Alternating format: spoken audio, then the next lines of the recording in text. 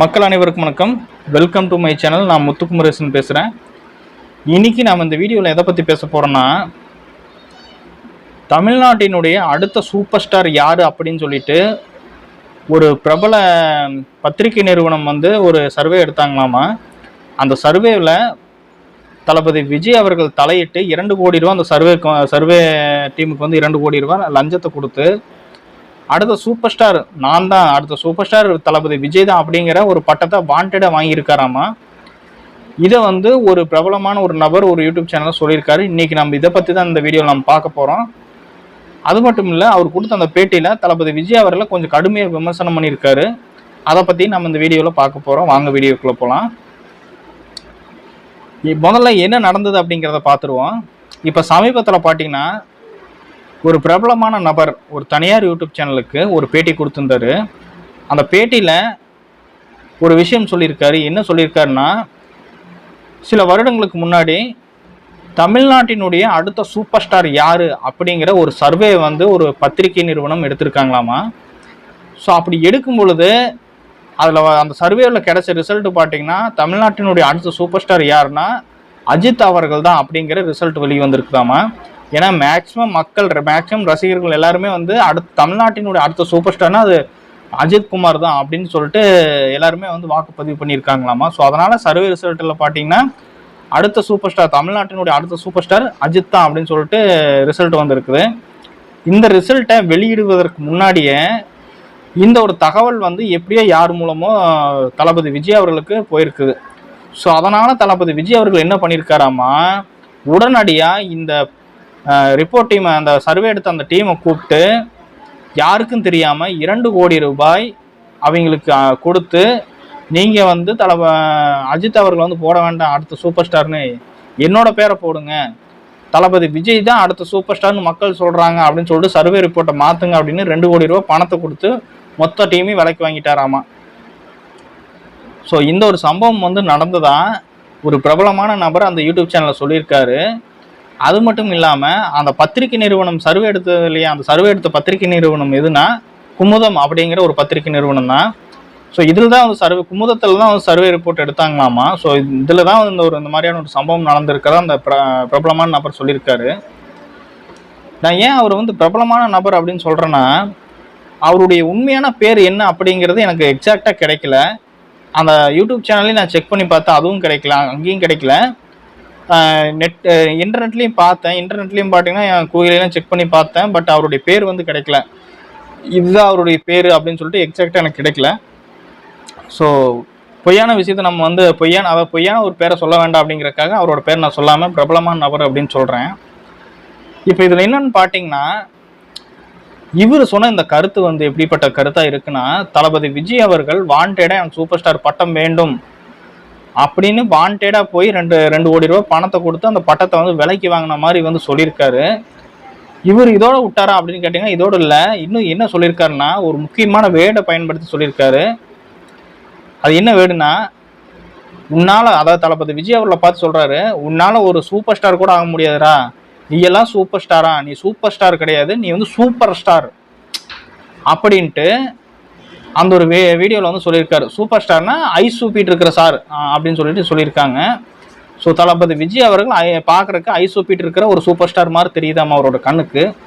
அதை அவர் சொல்லியிருக்காரு. இதை கடுமையான ஒரு விமர்சனமாக முன் வச்சிருக்காங்க.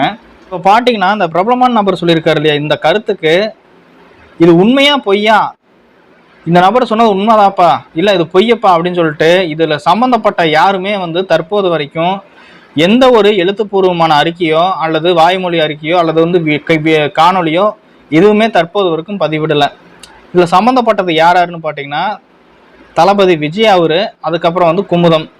ஸோ இவர் இந்த வீடியோ வெளியானதுலேருந்தே பார்த்தீங்கன்னா, குமுதம் சைடில் இருந்தும் சரி, தளபதி விஜய் அவர்கள் சைடும் இருந்தும் சரி, எந்த ஒரு ரீப்ளேவும் கிடைக்கல, எந்த ஒரு அறிக்கையுமே வெளியிடலை. இல்லை இந்த மாதிரி ஒரு சம்பவம் நடந்துச்சு, அதுக்கு இவர் சொல்கிறது பொய், அவர் எந்த ஒரு பணமும் கொடுக்கல அப்படின்னு சொல்லிட்டு குமுதம் டீம்ல இருந்தோ அல்லது தளபதி விஜய் அவர்கள் இல்லைப்பா இந்த மாதிரி நடந்துச்சு, ஆனால் நான் பணமெல்லாம் கொடுக்கல, இந்த ஆள் பொய் சொல்கிறான் அப்படின்னு சொல்லிட்டு எந்த ஒரு அறிக்கையும் அவரோ ரெண்டு பக்கமும் இருந்து இது வரைக்கும் எதுவுமே வரல. ஸோ தற்போது வரைக்கும் இவர் சொன்ன இந்த ஒரு முன் வச்ச இந்த கருத்து உண்மையா பொய்யா அப்படிங்கிறது தற்போது வரைக்குமே தெரியல. ஆனால் அவர் சொல்கிறத வச்சு பார்க்கும் பொழுது பார்த்தீங்கன்னா உண்மைங்கிற மாதிரி தான் சொல்கிறாரு. பத்தாவதுக்கு வந்து தளபதி விஜய் அவர்கள் வந்து கடுமையாக திட்டிருக்காரு. முன்னாடியே நான் சொன்ன மாதிரி எந்த அளவுக்கு முடியுமோ அந்த அளவுக்கு வன்மத்தை காக்கியிருக்காரு. அதை வந்து ஒரு திட்டுறதை அப்படின்னு சொல்கிறத விட அது ஒரு வன்மம் அப்படின்னு சொல்லலாம். தளபதி விஜய் அவர்கள் மீது இவருக்கு ஏதோ ஒரு கோபம் இருந்திருக்கலாம். ஸோ அதனால் இவர் திட்டிருக்கலாம். பட் ஆனால் இந்த அளவுக்கு மோசமாக அவர் திட்டுறாருன்னா ஒருவேளை இந்த சம்பவம் நடக்காமையே தளபதி விஜய் அவர்கள் மீது எப்படியோ ஒரு பழியை போடணும்டா அப்படிங்கிறக்காக இவர் வந்து பேசுகிற மாதிரி தான் இருக்கு.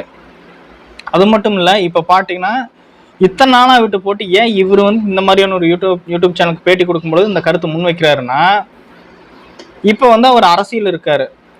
ஸோ அரசியல் இருக்கும் இந்த மாதிரியான ஒரு சமயத்தில், அது மட்டும் இல்லை இந்த மாதிரியான ஒரு சமயத்தில் பார்த்தீங்கன்னா தளபதி விஜய் அவருடைய ஃபேன்ஸுக்கும் ரஜினி அவர்களோட ஃபேன்ஸுக்கு ஒரு ஃபைட் நடந்துட்டு இருக்குது. இதை பற்றி நான் ஆல்ரெடி முன்னாடியே ஒரு வீடியோ ஒன்று போட்டிருப்பேன். ஸோ ஒரு ஃபைட் நடந்துட்டு இருக்கு. ஸோ ஃபைட் நடந்துட்டு இருக்கிற இந்த மாதிரியான டைமில் தளபதி விஜய் அவர்கள் சூப்பர் ஸ்டார் பட்டத்துக்கு ஆசைப்பட்டு 2 கோடி ரூபா பணத்தை கொடுத்து சூப்பர் ஸ்டார் பட்டத்தை வாங்கியிருக்காரு அப்படிங்கிற ஒரு பிட்டை போட்டோம்னா ரஜினி ரசிகர்கள் எல்லாரும் அப்படியே தளபதி விஜய் அவர்களுக்கு ஆப்போசிட்டாக மாறிடுவாங்க. ஸோ அப்போ தளபதி விஜய் அவர்களுக்கு ரஜினி சாருடைய ஃபேன்ஸ் ஓட்டு எதுவுமே வந்து கிடைக்காது. அப்போ கிடைக்காத பட்சத்தில் தளபதி விஜய் அவர்களுக்கு பார்த்தீங்கன்னா செல்வாக்கு கம்மியாயிடும், ஓட்டு ரீதியாக சப்போர்ட்டு கம்மியாயிடும். ஸோ இதனால் வந்து இவர் எலெக்ஷனில் தோற்றுருவார், டெபாசிட்டை இழந்துருவார், ஸோ இவர் ஜெயிக்கவே மாட்டார் அப்படிங்கிற ஒரு பிளான் பண்ணி இவர் வந்து இந்த ஒரு கருத்தை முன் வச்சிருக்காங்க அப்படின்ட்டு இப்போ பார்க்கப்படுது. ஏன்னா இத்தனை நாளாக இல்லாத இந்த மனுஷன் திடீர்னு எங்கிருந்து வந்தாருன்னு தெரியல, திடீர்னு எங்கிருந்து வந்து இந்த மாதிரியான கருத்தை முன் வச்சிருக்காருன்னு தெரியல. இந்த மாதிரியான ஒரு சர்வே நடந்திருக்கா அப்படிங்கிறத இங்கே தமிழ்நாட்டில் பார்த்தீங்கன்னா பல மக்களுக்கு தெரியாது. ஸோ அப்படி இருக்கும் பொழுது இவர் இந்த மாதிரியான ஒரு கருத்து இந்த மாதிரி நடந்திருக்கு, இதான் உண்மை அப்படின்னு சொல்லிட்டு ஒரு கருத்தை முன் வைக்கிறாரு அப்படின்னா, அப்போ இவர் ஆல்ரெடி ஏதோ ஒரு பிளானை போட்டு தான் வந்திருக்காரு. கரெக்டாக எலெக்ஷன் டைமில் வந்து இந்த மாதிரி சொல்லிட்டோமா தளபதி விஜய் அவரோட பேர் கெட்டு போயிடும், அப்போ வந்து அவர் வந்து எலெக்ஷன் ஜெயிக்க மாட்டாரு, ஒரு பிளான் பண்ணி தான் போட்டு வந்திருக்காரு அப்படிங்கிறதான் வந்து இப்போ நிறைய பேர்த்தனுடைய பார்வையாக இருக்கு. சரி, இது ஒரு புறம் இருக்க. இன்னொரு புறம் பார்த்தீங்கன்னா ஏற்கனவே ரஜினி ரசிகர்களும் தளபதி விஜய் அவர்களுடைய ரசிகர்களும் பயங்கரமாக சண்டையிட்டு வந்துட்டு இருக்காங்க. ஸோ இந்த மாதிரியான ஒரு டைமில் இவர் இந்த மாதிரியான ஒரு கருத்தை முன் வச்சா இது எப்படின்னா இன்னும் எரியிற தீயில வந்து எண்ணெய் ஊற்றுன மாதிரி இன்னும் பத்திட்டு எரியும். சூப்பர் ஸ்டார் ரஜினி அவர்களுடைய ஃபேன்ஸ் எல்லாம் என்ன பண்ணுவாங்க, இன்னும் தளபதி விஜய் அவர்களுடைய கரியரையே க்ளோஸ் பண்ணணும் அப்படின்னு சொல்லிட்டு ரஜினி அவருடைய ஃபேன்ஸ் எல்லாருமே வந்து கங்கணம் கட்டிட்டு மாறிடுவாங்க. எப்படியாவது அவனை முடிச்சுக்கிட்டோம்டா, ஏன்னா எங்கள் ரஜினி அவர்கள் சூப்பர் ஸ்டார் இருக்கும்போதே நீ வந்து பட்டத்தை வந்து காசு கொடுத்து விலைக்கு வாங்குறியா அப்படின்ட்டு ஒரு இது வந்து வந்துடும். இன்னொன்று பார்த்தீங்கன்னா இது இன்னொரு ப்ளஸ் பாயிண்ட் என்ன, இந்த மாதிரி கருத்து முன்வைக்கும் பொழுது ஏற்கனவே ரஜினி சாருடைய ஃபேன்ஸுக்கும் விஜய் சாரோட ஃபேன்ஸுக்கும் ஆவறதில்ல. இதில் வந்து அஜித் சார் தான் வந்து அடுத்த சூப்பர் ஸ்டார், இதை வந்து தளபதி விஜய் அவருக்கு காசு கொடுத்து விலைக்கு வாங்கிட்டார் அந்த பட்டத்தை. அப்படிங்கும் பொழுது அஜித் சாருடைய ஃபேன்ஸும் விஜய்க்கு எதிராக மாறுறதுக்கு வாய்ப்பு இருக்கு. அஜித் சாருடைய ஃபேன்ஸும் விஜய்க்கு எதிராக மாறும் பொழுது ஏற்கனவே ரஜினி அவருடைய ஃபேன்ஸ் எல்லாமே விஜய்க்கு எதிராக தான் இருக்காங்க. ஸோ அப்படி இருக்கும்போது இவங்க 2 பேரும் ஒன்று சேர்ந்தாங்கன்னா மிகப்பெரிய கூட்டமாயிடும். அப்போ வந்து என்ன நடக்கும், தளபதி விஜய் அவர்களுக்கு மிகப்பெரிய ஒரு அடியாக இருக்கும். அது அரசியல் ரீதியாகவும் சரி, இது படம் நடிக்கிறதா இருந்தாலும் சரி, எப்படியா இருந்தாலும் பார்த்தீங்கன்னா மிகப்பெரிய ஒரு அடியாக இருக்கும். ஸோ இப்போ வந்து அவர் பார்த்தீங்கன்னா அரசியல் இறங்கி இருக்கிறதே வந்து அவருடைய ஃபேன்ஸ் மட்டும் நம்பி இல்லாமல் மற்ற ஃபேன்ஸையும் அதே மாதிரி மக்களையும் எல்லாத்தையும் நம்பி தான் அவர் வந்து இறங்கியிருக்காரு. அப்படி இருக்கும்போது இப்போ ஓட்டு வந்து பிரிஞ்சிரும்ல இந்த மாதிரி ஒரு கருத்து முன் வச்சா. மக்களை எப்படி சொல்கிறது, ரஜினி அவர்களுடைய ஓட்டும் பிரியுது, அந்த ரஜினி ஃபேன்ஸ் அவர்களுடைய ஓட்டும் பிரியுது, அஜித் அவர்களுடைய ஃபேன்ஸ் ஓட்டும் பிரிஞ்சிடும். ஸோ அப்படி பார்க்கும்போது இப்போ 100% ஓட்டு இருக்குன்னா 100%ல் ரஜினி அவர்களுடைய ஃபேன்ஸ் ஒரு 25%, அஜித் அவருடைய ஃபேன்ஸ் ஒரு 25%, அதுலேயே போச்சு 50% போச்சு. மீதி இருக்கிற 50% தான். ஸோ இவர் வந்து எலெக்ஷனில் ஜெயிக்கணும்னா கண்டிப்பாக வந்து ஒரு 75% இவர் வந்து ஓட்டு எடுக்கணும். அதில் பார்த்தீங்கன்னா அப்போ வந்து 75% கூட எடுக்க முடியாது. அப்படின்னா அப்போ வந்து 50% இவர்கிட்ட இருக்குது அப்படிங்கும்போது இவரால் ஆட்சி அமைக்க முடியாது. ஸோ இதையெல்லாம் பேஸ் பண்ணி தான் இப்போ வந்து இந்த மாதிரியான ஒரு கருத்தை முன் வச்சிருக்காங்க அப்படிங்கிறது அரசியல் வல்லுநர்களுடைய கருத்துங்க. சரி மக்களே, இப்போ இந்த நபர், இந்த பிரபலமான நபர், இந்த பேர் தெரியாத நபர், இவர் முன் வச்ச இந்த கருத்துக்கு உங்களுடைய கருத்து என்ன, உங்களுடைய ஒப்பீனியன் என்ன அப்படிங்கிறத கமெண்ட் செக்ஷனில் சொல்லுங்கள். மறக்காமல் இந்த வீடியோவுக்கு கண்டிப்பாக லைக் பண்ணிவிட்டு எனக்கு சப்ஸ்கிரைப் பண்ணுங்கள், எனக்கு சப்போர்ட் பண்ணுங்கள். நீங்கள் நிறைய பேர் வீடியோ பார்க்குறவங்க இந்த வீடியோவுக்கு வந்து லைக் பண்ணாமல் சப்ஸ்கிரைப் பண்ணாமல் பார்த்துட்டு இருக்கீங்க. ஸோ நீங்கள் பண்ணக்கூடிய ஒவ்வொரு லைக்கும் ஒவ்வொரு சப்ஸ்கிரைப்பும் எனக்கு வந்து அடுத்தடுத்த வீடியோக்குள்ளே போடணும் அப்படின்னு சொல்லிட்டு ஒரு மோட்டிவேட்டை கொடுக்கும். ஸோ எனக்கு வந்து கண்டிப்பாக சப்போர்ட் பண்ணுங்கள். நான் மீண்டும் அடுத்த ஒரு டாப்பிக்கோடு உங்களை சந்திக்கிறேன். நன்றி, வணக்கம்.